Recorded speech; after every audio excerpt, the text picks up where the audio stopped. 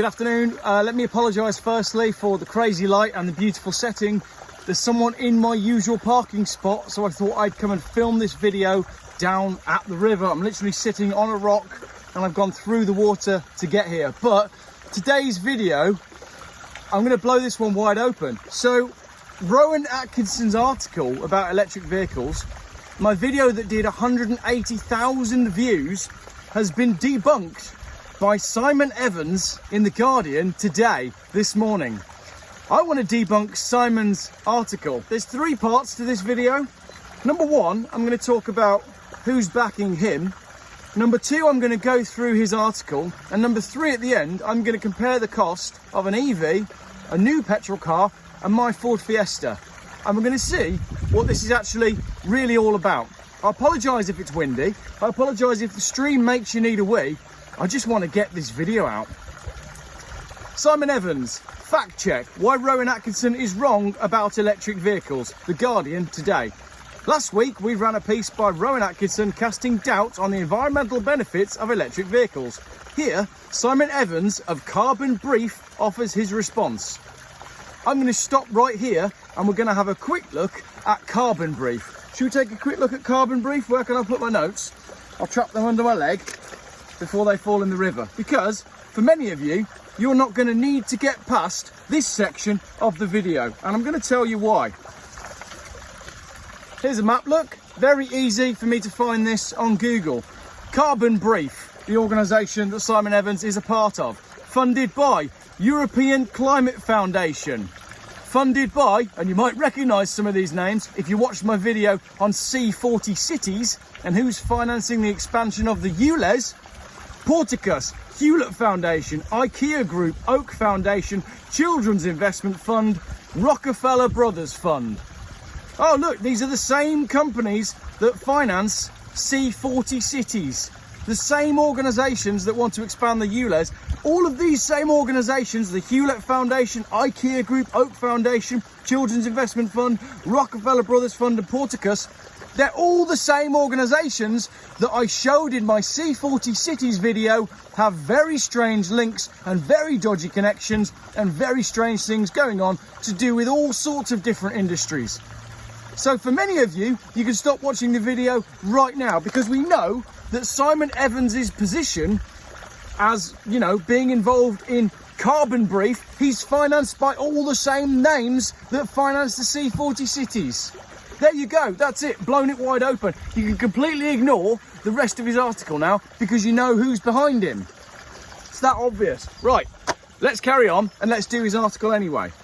In a widely shared comment piece for The Guardian, comedian Rowan Atkinson said he felt duped by the green claims about electric vehicles. Right, he's calling in a comedian. The title there, comedian Rowan Atkinson.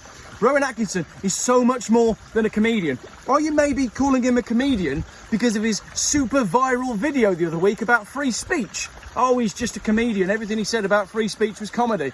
No, it wasn't. He's a very serious, well-educated human being. In support of his contention, however, Atkinson repeats a series of repeatedly debunked talking points often used by those seeking to delay action on the climate crisis. Those words again, climate crisis, these buzzwords. Yeah, I'm not going to get into it. It's all there in the comments. I know you all know and I know too. Moreover, he suggests alternatives to EVs that are not yet widely available would be less beneficial to the climate and are guaranteed to be more costly. Less beneficial to the climate, guaranteed to be more costly, sounds exactly like electric vehicles. Also, he didn't actually suggest any alternatives. He quite simply said, hang on to your car for longer. Atkinson's biggest mistake is his failure to recognise that electric vehicles already offer significant global environment benefits, apart from for the children who are mining the cobalt in the Congo and all the places that are affected by the building of these materials, which are generally done by countries who own the companies who have horrendous rights levels on human rights and the environment, compared with combustion engine cars. While EVs won't solve all the problems associated with car use, from traffic congestion through to our increasingly sedentary lifestyles, linking sedentary lifestyles with your choice of car. Shocking. They are an essential part of tackling the climate emergency. There you go, those words again. Did your mates tell you to say that? Did your mates tell you to say climate emergency? Got a boat going past, would you like to see it? It's one of those rental boats. You can rent these and they look really fun. Let's just take a little break, because this is quite a stressful and frustrating video, to appreciate the boat going past. Beautiful. Oh, there's two going past actually. That looks like a lovely way to spend your afternoon.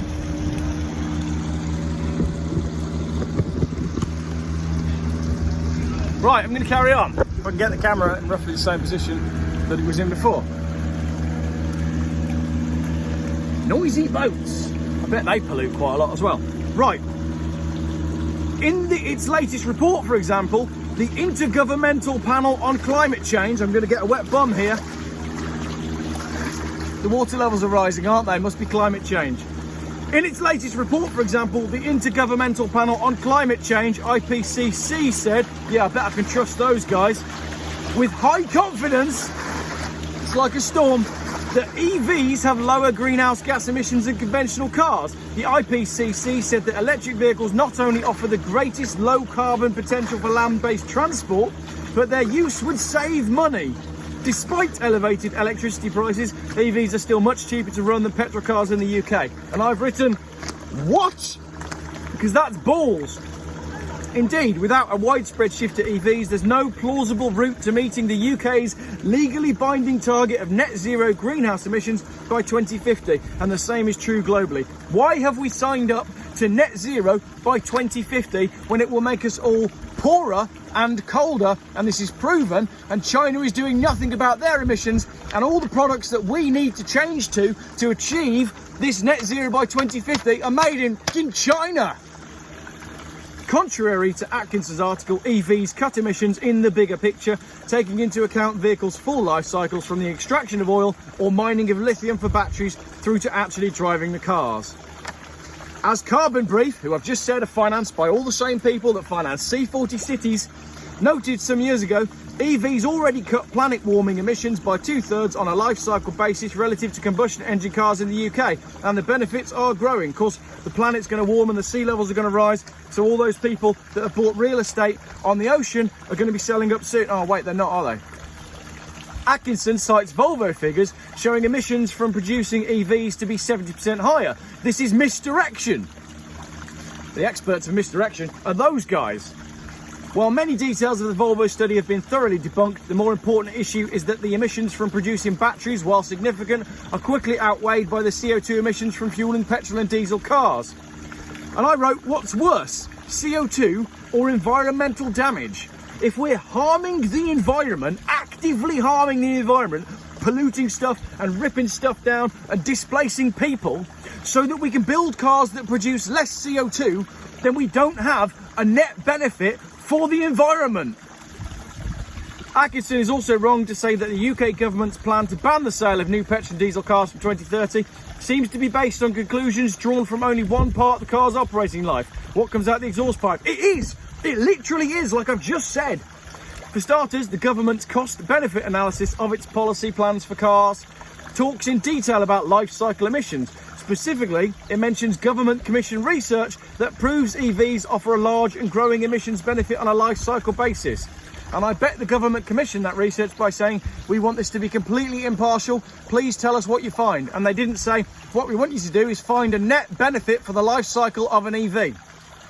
Echoing Carbon Brief, who I've already said are connected to all these companies, echoing Carbon Brief's findings, the analysis says battery electric vehicles are expected to reduce greenhouse gas emissions by 65% compared to a petrol car today, and this rises to 76% in 2030. 65% less greenhouse gases, but what percentage more environmental harm? It's okay to admit that with petrol and diesel cars, we've dug a big hole over here that needs dealing with. But the way we deal with that hole doesn't need to be by digging another massive hole over here. You just end up with two holes. That same analysis gives one answer to Atkinson's touting of hydrogen. I don't think he was touting hydrogen as an alternative fuel. It's not there yet. We know that. He was simply saying, keep your car for longer. Another answer is that there are only 72,000 hydrogen. It goes on a little bit about hydrogen. In comparison to 72,000 hydrogen fuel cell cars, there's 14 million EVs due to be sold this year, according to the International Energy Agency. And I've just written there, kids, get busy. Come on, we need the stuff for these batteries. You got to crack on, we got to save the planet. If those 40,000 slaves in the Congo could just get more cobalt faster, we could save the planet earlier than we already planned to. Atkinson goes on to suggest hydrogen for trucks, inaccurately claiming that electrification is a non-starter due to the weight of the batteries. Yet manufacturers sold 60,000 electric trucks last year and now have 220 heavy-duty vehicle models on the market, according, once again, to the IEA. European electric truck sales grew fourfold in the first quarter of this year alone, according to Volvo. Just because they're selling doesn't mean that they're good. Prime energy drink is selling way more than it did last year. That doesn't mean that children's health is going to be better.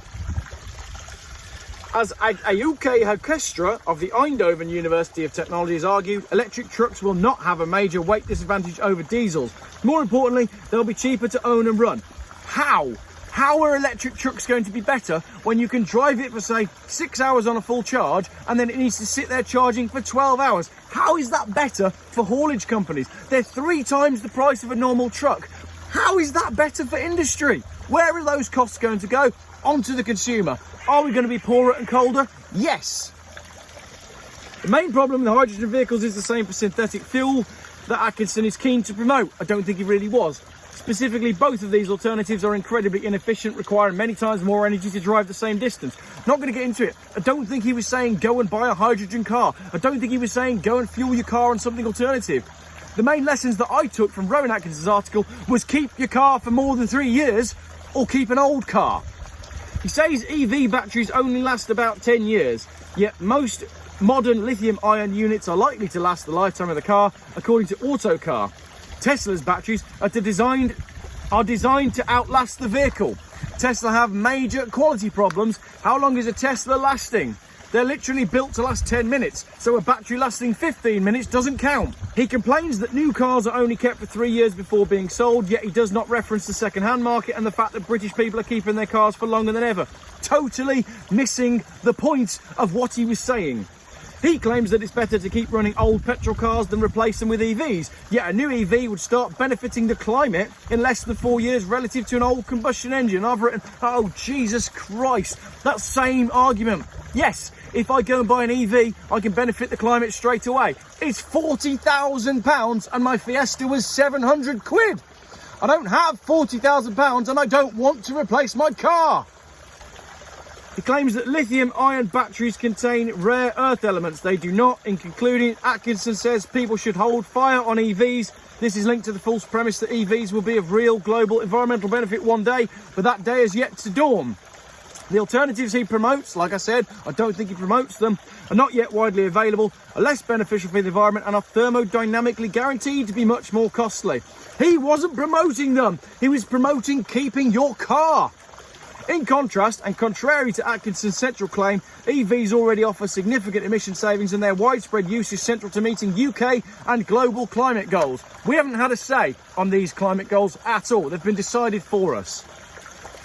Right, so let's look at what the cheapest EVs are. I can have a Fiat 500 for £22,335. I can have an MG4 for £25,995. I can have an MG5 for £26,695. Both of those MGs are made in China. China has a horrendous record on the environment and human rights. I watched a video this week where they are literally planting rocks on top of metal skewers to make it look like they've got better crops. This is not a country that we want to be financing with our environmental choices. It's ludicrous. Might as well just throw this in the river, hadn't I? But I'm not going to do that because I believe in the environment and I believe in looking after it. And I believe in freedom. I believe in having the ability to make your own choices. So, after I've got all worked up about that, let's take a little look at a cost comparison of a Volkswagen ID3, a Volkswagen Golf 1.5 TSI 150, and my £700 Ford Fiesta. Let's do this quickly because I'm already 14 minutes in. I'm going to dip my toes in, see if I can cool myself down a little bit after getting all worked up in this video. Right, the prices. The ID3 is 31 grand, the Golf's 28 grand, the Fiesta was 700 quid. Road tax, the ID3 is free. The Golf is 180 quid, my Fiesta's 240. Cost of fuel over 12,000 miles. This comes from the RAC. 428 quid on the electric car, 1,500 quid on the new Golf, and 1,900 quid on my Fiesta. Servicing costs, 432 on the ID Buzz. There's no way you're only spending 432 quid on your service of your electric car at your main dealer. No chance, it's going to be twice that. The Golf, 386 quid, same point. Take it to the main dealer, you're going to get ripped off. My Fiesta, well, a full service on that's going to be no more than 200 quid. Depreciation, the gigantic elephant in the room with electric cars. 0 on my Fiesta because it was 700 quid. 40% on the Golf with a petrol engine, 46% on the ID3. That gives your yearly annual running costs of 860 quid for the VW ID3, not including the lease. 2,144 quid on the petrol Golf and 2,387 quid on my Fiesta. Yes, the Fiesta is ruinously expensive when you look at the figures in that way. Now let's pretend you bought all of these cars outright. Let's see how well you did over 3 years. The true cost over 3 years of the electric car is £17,000 out of your pocket. The petrol car, £17,600 out of your pocket, so only marginally more expensive over 3 years. And the Fiesta, £9,000 out of your pocket. It's almost £10,000 cheaper. It's half the price over 3 years to run an old car that you bought because you liked it.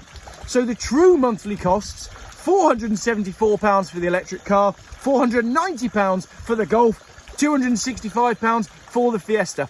That's why they want you in electric cars, because they know that you can afford to run your old car. And if you can afford to run your old car, then you're going to use it and you're going to go places. And that is not what they want. They want to stop you from going places. They want you to own nothing and be happy. You will not be owning your old car. You will be leasing one instead, and you will not be able to afford to drive it anywhere. Thank you very much for watching my video. I hope the audio was okay. I hope you enjoyed this beautiful Vista. I certainly did, and I intend to continue enjoying my freedom to go places like this. And all the organisations that are listed here, all the organisations that are behind Climate Brief, that are behind the writer of the article that debunked Rowan Atkinson's piece, don't want you to go anywhere. These companies do not have your best interests at hand. I hope you'll agree that I thoroughly debunked that piece in The Guardian, and isn't it fascinating that that was all over Twitter today? The media came down hard on Rowan Atkinson because he stood up for free speech and he called out the electric car movement. Right, if I had my swim shorts on now, I'd jump in. That'd be a really good end to the video, but I've got to go pick the kids up. Thank you very much for watching this video. If you made it to the end of the video, the code word is, well, go and subscribe first, but the code word is Geoff. That beautiful stream made me all emotional. Emotional stream opens. Oh, I'm going. Thank you. And finally, right at the end there, I did drop the phone off the rock that it was balanced on, and managed to catch the phone and drop the book instead. So I ruined my notepad. So this video has cost me 1 notepad. Sorry, Greta. I've ruined the paper. I'll try and reuse it, all right? Let's get back through. It's a bit muddy here, actually. There's quite a lot of silts, but it is beautiful. I really hope the audio works out on that video, because that's a lovely little spot to film. And all the people who are sat up there in my usual filming spot are wondering why there was so much ranting coming from the river. No one's ever ranted so hard next to the River Severn. Right, flip-flops, Fiesta. Let's go. Thank you, everyone.